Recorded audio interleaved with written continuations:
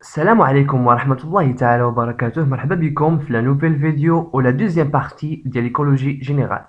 في البارتي الأولى كنا درنا une petite introduction à l'écologie en général ودرنا les domaines d'intervention. Donc, fin de la partie, ranchoufou premièrement les sciences qui concernent chacun des trois domaines d'intervention, l'individu, la population, la communauté ou la biocénose. Après, ranchoufou la notion de système écologique, l'écosystème.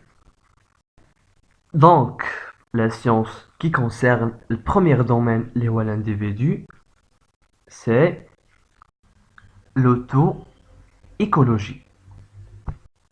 Voilà, donc d'abord, je vous la définition de l'auto-écologie. C'est quoi l'auto-écologie? L'auto-écologie, c'est la science qui étudie les rapports d'une seule espèce avec son milieu. يعني la science اللي كتدرس لنا العلاقات ديال une seule espèce مع المilieu ديالها مزيان. Elle définit les limites de tolérance et les préférences de l'espèce étudiée يعني كتعرف لنا الحدود وقدرة التحمل والأفضلية ديال l'espèce étudiée vis-à-vis à des divers facteurs écologiques يعني des facteurs qui sont divers مختلفين et examine l'action de milieu كتمتح لنا l'action ديال milieu elle a la morphologie, la physiologie, l'éthologie. Morphologie c'est la forme, physiologie il y a l'éthologie suluk. D'accord? La physiologie c'est la science اللي كتقراو فيها علم وظائف الأعضاء وليتولوجي علم السلوكيات ولا morphologie اللي هي la forme. ومن بعد ما شفنا la science qui concerne l'individu, d'abord نشوفوا la science qui concerne la population. Cette science s'appelle l'écologie des populations ou نقدروا نسميوها la dynamique des populations. ودابا غادي نشوفوا la définition ديال هاد la science.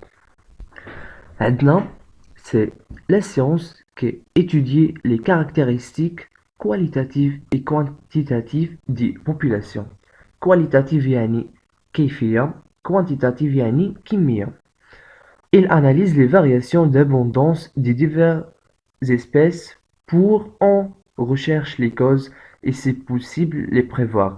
يعني il analyse les variations يعني كتحل لنا تغيرات d'abondance يعني ديال الوفرة des diverses espèces يعني des espèces qui sont différentes pour en recherche les causes et si possible les prévoir. باش نقلبوا على الأسباب واش ممكن لينا نتوقعوهم et si possible les prévoir.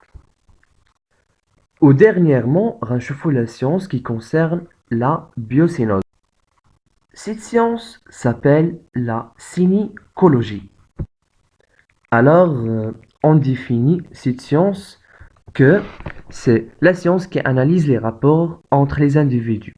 يعني هاد la science كتحل لنا les rapports entre les individus qui appartiennent aux diverses espèces اللي كنتموا des espèces différents mais sont méconnus d'un même groupement et de ceux-ci avec leur milieu يعني d'aider les individus aussi avec leur milieu.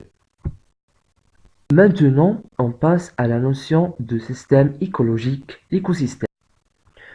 Ensuite, on a un système écologique ou écosystème fut défini par le botaniste anglais Arthur Tansley en 1935. يعني un système écologique ou l'écosystème عرفوا لنا le botaniste anglais Arthur Tansley في سنة 1935. Alors, c'est quoi un écosystème? Ensuite, un écosystème, c'est quoi un écosystème? Un écosystème est par définition un système, c'est-à-dire un ensemble d'éléments en interaction les uns avec les autres. يعني واحد l'ensemble des éléments كتفاعل مع بعضياتها. C'est un système biologique formé par deux éléments indissociables.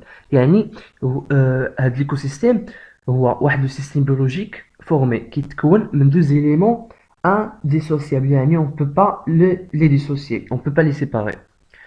La biocénose et le biotope. وغنشوفوا شنو هي la biocénose وشنو هو le biotope. Donc, premièrement, on définit la biocénose. C'est quoi la biocénose?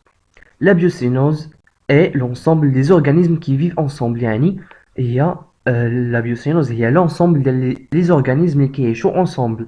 Par exemple, zoocénose, zoo, ça ressemble à les animaux, phycocénose ressemble à les végétaux, les microbiocénoses ressemblent à les microbes, les mycocénoses ressemblent à les champignons. Ensuite, renchefou le biotope.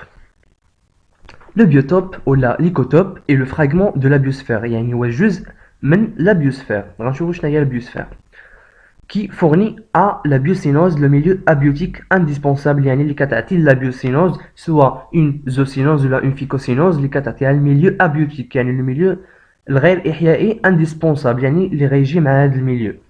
مزيان.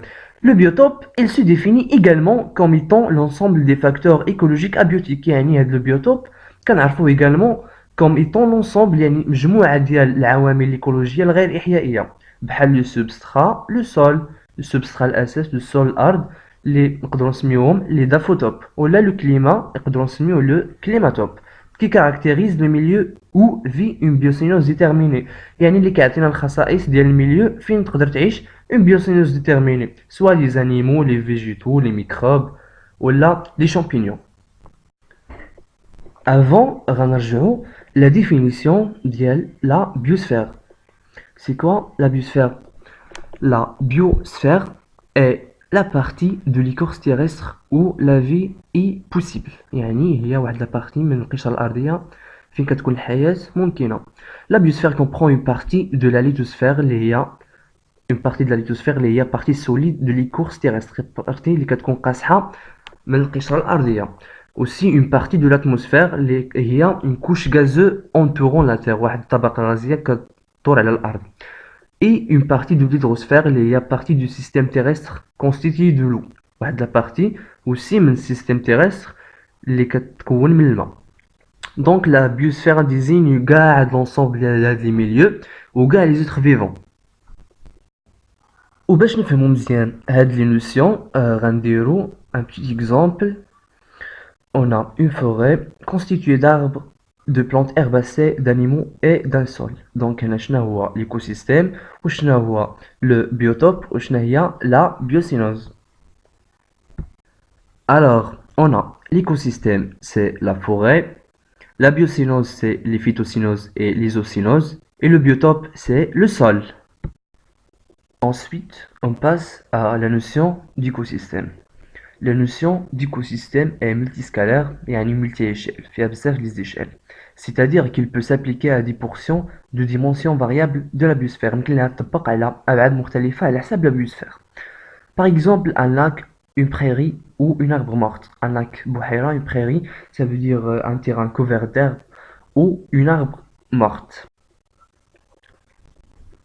Et suivant l'échelle de l'écosystème, كيكون عندنا un micro-écosystème.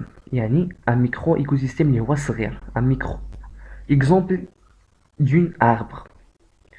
وكيكون عندنا un méso-écosystème اللي هو متوسط, méso, exemple d'une forêt, ou un macro-écosystème اللي هو كبير, exemple d'une région. Donc كيكون عندنا micro ou méso ou macro. Ensuite, on a les écosystèmes sont souvent classés par référence aux biotopes concernés. Il y a les écosystèmes qui sont classés à les biotopes concernés.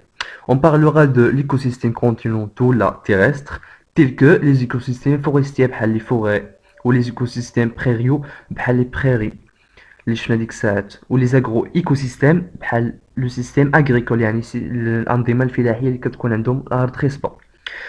Un autre écosystème, ce sont les écosystèmes des eaux continentales. Pour les écosystèmes lentiques, des eaux calmes à renouvellement lent, les lacs ou les marécages, ou les étangs, les lacs comme les marécages, ou les كتكون عندهم une petite profonde, ou les étangs ou المستنقعات, ou écosystèmes lentiques des eaux courantes, les rivières ou les fleuves, les rivières هما الأنهار ou les fleuves هما المصبات. Les écosystèmes océaniques, dernièrement les écosystèmes océaniques, ce sont les mers ou les océans, le bihar ou le muhitat. Et enfin, on a terminé de la partie, ou Inch'Allah, la troisième partie, le chapitre 1, le milieu et ses éléments. Au revoir, à la prochaine vidéo.